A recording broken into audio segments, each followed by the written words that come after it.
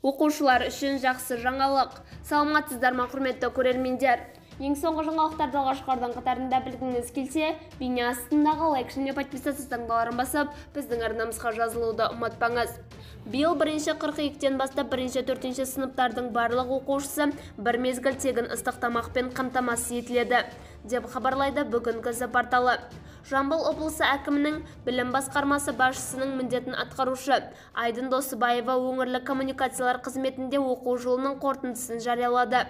2023 жылғы жалпыға міндетті білім беру қорынан жекеленген санаттағы отбасынан шыққан 48.671 оқушыны әлеуметтік қолдауға 5,9 миллиард теңге қаражат бөлініп отыр.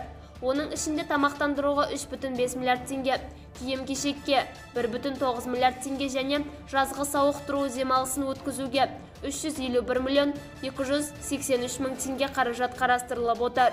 2023 жылдың 1-ші қыркүйегінен бастап 1-4 сыныптардың барлық оқушысы бір мезгіл ыстық тамақпен қамтамасыз етіледі.